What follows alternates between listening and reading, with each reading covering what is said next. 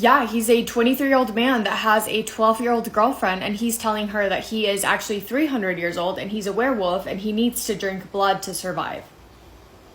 In Alberta, Canada, 2006, the Richardson family murders. Why is that such a hard name to say? Richardson? The family consisted of the father Mark, the mom Deborah, 12-year-old Jasmine, and 8-year-old Jacob. The dynamic of the family was honestly very wholesome. Jasmine was a normal girl living a happy life. She liked school, she liked her friends, she was really into art and into sports as well. And Jasmine was very protective of her little brother because she loved him. And little Jacob looked up to his older sister. They really liked spending time with each other. Parents just seemed like happy parents that loved their family. When Jasmine was 11, almost 12, her personality had a bit of a switch, which is normal, but hers was very quick and very intense. She started hanging out with an older group of friends. Those friends were closer to 17 years old and Jasmine was still 11. The things that Jasmine was interested in started switching to match the older kids. So their vibe was a little bit more gothic, you could say. Instead of being excited about swimming lessons and art classes, she started getting excited about rock concerts, older boys, being a bit more rebellious. Her physical look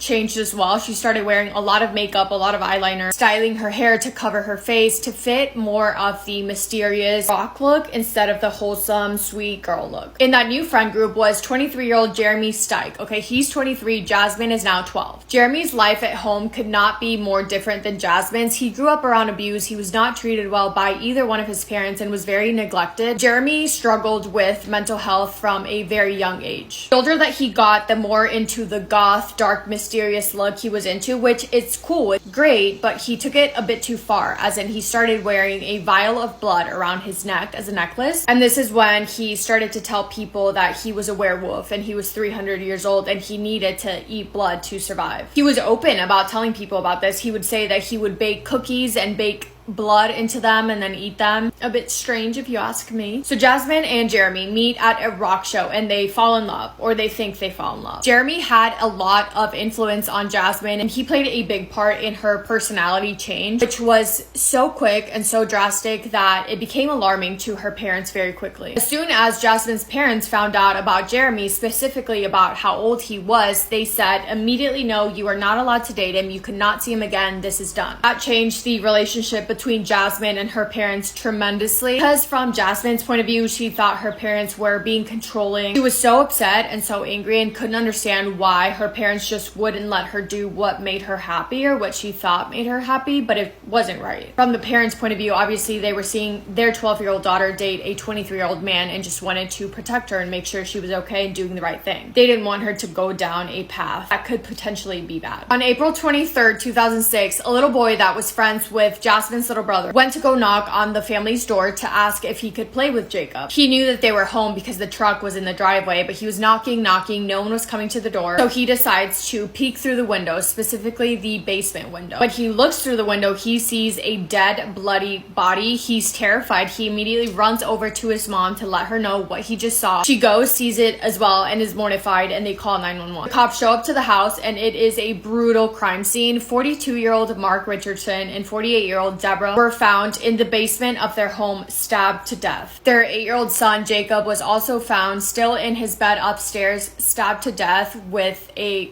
to his throat. There was blood all around him and all around his toys. Law enforcement was obviously shocked to find this. The investigation started immediately because of the evidence and where the blood was. They conclude that the events of the night were that Deborah was killed first in the basement, Mark was second. And because of some of the injuries that Mark had, they could tell that he put up somewhat of a fight. Little 8-year-old Jacob was killed last and he had been neatly tucked into his bed. The police then noticed a family photograph in the house, and the family photo has 4 people, not 3. That's when they realized that the family also has a 12-year-old daughter, but she was nowhere to be found. Their immediate thought, which honestly would be mine as well, is that maybe Jasmine is in danger. Whoever did this to the family maybe kidnapped her. She might be being held hostage and she needs to be found. So they put out an Amber Alert for 12-year-old Jasmine, and her face is all over the news. This gets out to the public. Tips and phone calls start to come in of people seeing that they saw Jasmine that day. But when people saw her, Jasmine was fine. She was actually looked like she was having a good day. She was out to lunch with her friends, walking around with her boyfriend boyfriend, she looked fine. A call comes in reporting that they see Jasmine out with an older man. They also receive a different call saying that at some point Jasmine earlier in the day said something that kind of hinted that she would know about the murders. She said something to someone about a body being gutted like a fish. We later find out that she also had been apparently joking to her friends that she wanted to kill her whole family, but no one took it seriously, or at least no one reported it. Hearing that comment on top of the way that she was acting makes cops think, could the killer be the 12-year-old girl? The cops are able to find Jasmine and they arrest her and Jeremy and take them back to the police station to be questioned. While Jasmine and Jeremy are in separate holding cells, they start writing notes to each other. Jeremy passes Jasmine a note that says, quote, "You said you wanted to get engaged, then here's a question. Will you marry me? If so, then it's a verbal agreement."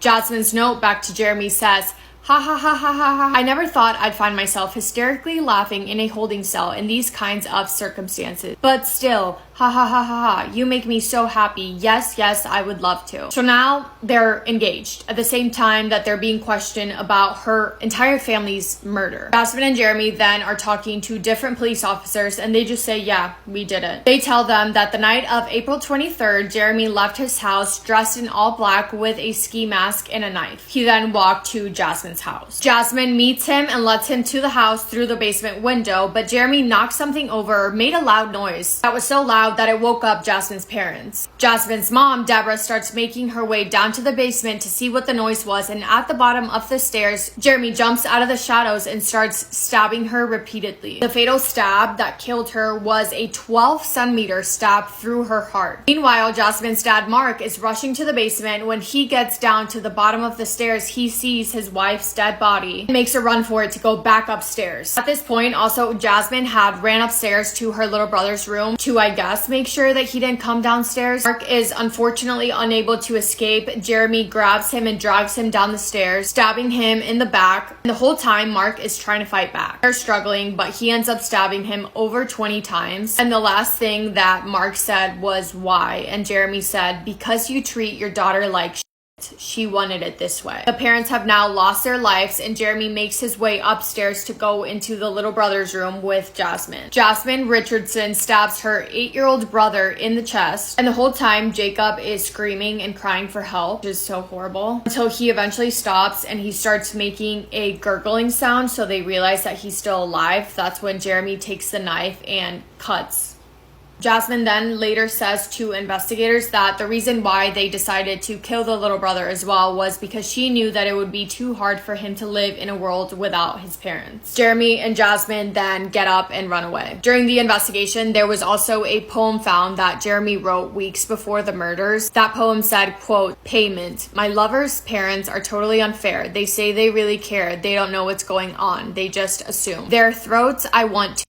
They will regret the they have done, especially when I see to it that they are gone. They shall pay for their insolence. Finally, there shall be silence. Their blood shall be payment." Yeah, he's literally mental. They also go through their messages between Jasmine and Jeremy on their laptops, and they realize that this whole thing was Jasmine's idea. She brought it up first. She had been talking about it a ton, and it sounded like she was the one that came up with the entire plan. I believe the first time it got brought up, she sent Jeremy a message that says, "I have a plan. It starts with me killing them and it ends with me living with you."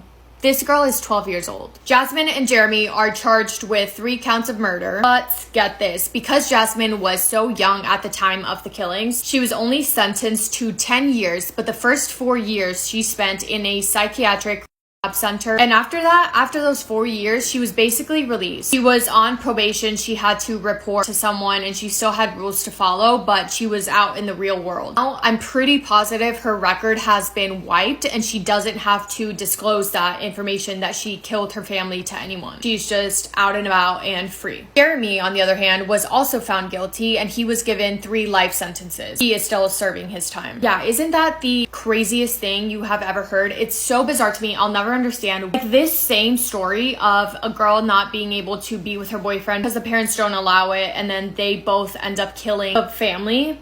This happens way too often. It is bizarre and it's so tragic and so sad. But I can't wait to hear what you guys have to say on this one. And I love you all so, so much. Massive kiss on the forehead to every single one of you. 3 kisses. Was that 3? Whatever. 4 kisses. Okay. Love you all so much.